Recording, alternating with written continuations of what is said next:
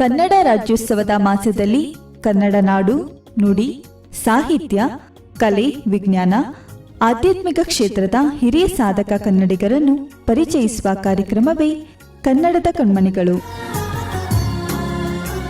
ಪ್ರಸ್ತುತಪಡಿಸಲಿದ್ದಾರೆ ಮೈಸೂರಿನ ಶ್ರೀಯುತ ಗಣೇಶ್ ದೀಕ್ಷಿತ್ರವರು.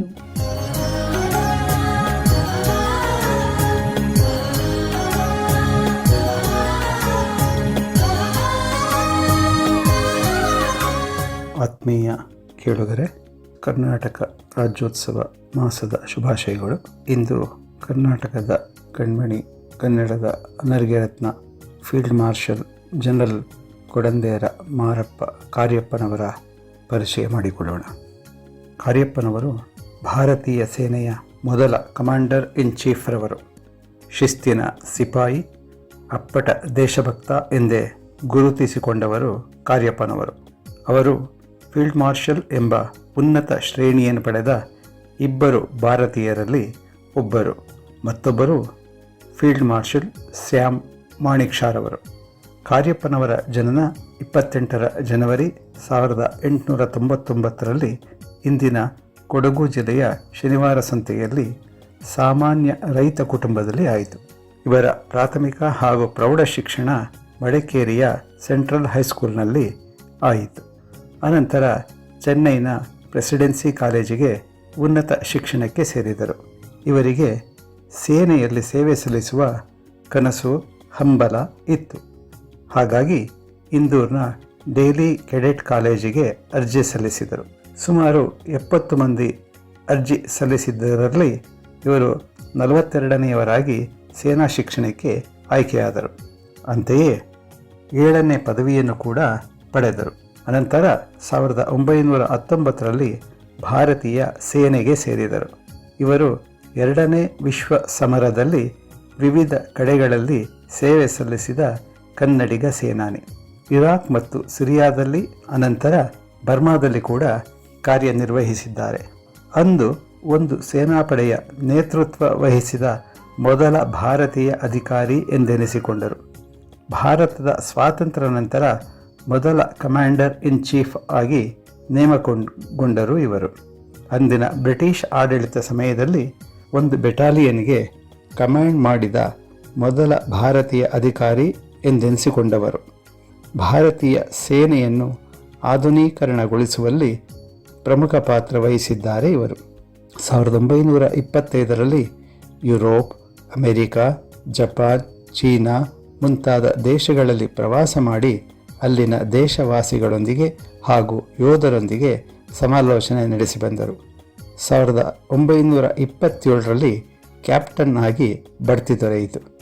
1947ರಲ್ಲಿ ಯುನೈಟೆಡ್ ಕಿಂಗ್ಡಮ್ನ ಕ್ಯಾಂಬರ್ಲಿಯ ಇಂಪೀರಿಯಲ್ ಡಿಫೆನ್ಸ್ ಕಾಲೇಜಿನಲ್ಲಿ ತರಬೇತಿ ಕೋರ್ಸ್ಗೆ ಆಯ್ಕೆಯಾದ ಮೊದಲ ಭಾರತೀಯರಾದರು. ಸ್ವಾತಂತ್ರ್ಯ ನಂತರ ಮೇಜರ್ ಜನರಲ್ ಹುದ್ದೆಯೊಂದಿಗೆ deputy chief of general staff ಆಗಿ ನೇಮಕಗೊಂಡರು. 1949ರ ಜನವರಿ 15ರಂದು ಸ್ವತಂತ್ರ ಭಾರತದ ಕಮಾಂಡರ್ ಇನ್ ಚೀಫ್ ಆಗಿ ನಿಯುಕ್ತರಾದರು.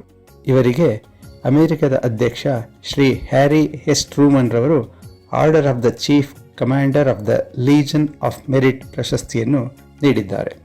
ಇವರ ಅತ್ಯುತ್ತಮ ಕಾರ್ಯನಿರ್ವಹಣೆಯನ್ನು ಗುರುತಿಸಿ ಅಸಾಧಾರಣ ಶೌರ್ಯ ಮತ್ತು ಮಹೋನ್ನತ ಸೇವೆಗಾಗಿ 3 ಬಾರಿ ವರದಿಗಳಲ್ಲಿ ಮೆನ್ಷನ್ ಇನ್ ಡಿಸ್ಪ್ಯಾಚಸ್ ಮೂಲಕ ಶ್ಲಾಘಿಸಲಾಗಿದೆ. 1945ರ ಏಪ್ರಿಲ್ 5ರಂದು Order of the British Empire ಪುರಸ್ಕಾರ ಇವರನ್ನು ಹುಡುಕಿಕೊಂಡು ಬಂದಿತ್ತು.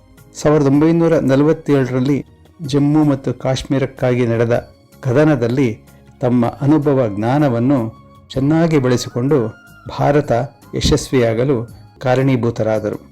ಇವರ ಅಸಾಧಾರಣ ಸಾಧನೆಯನ್ನು ಸರ್ದಾರ್ ಪಟೇಲರು ಮುಕ್ತವಾಗಿ ಶ್ಲಾಘಿಸಿದ್ದಾರೆ ಕೂಡ. ಇವರು 1953ರಲ್ಲಿ ಮಿಲಿಟರಿ ಸೇವೆಯಿಂದ ನಿವೃತ್ತರಾದರು.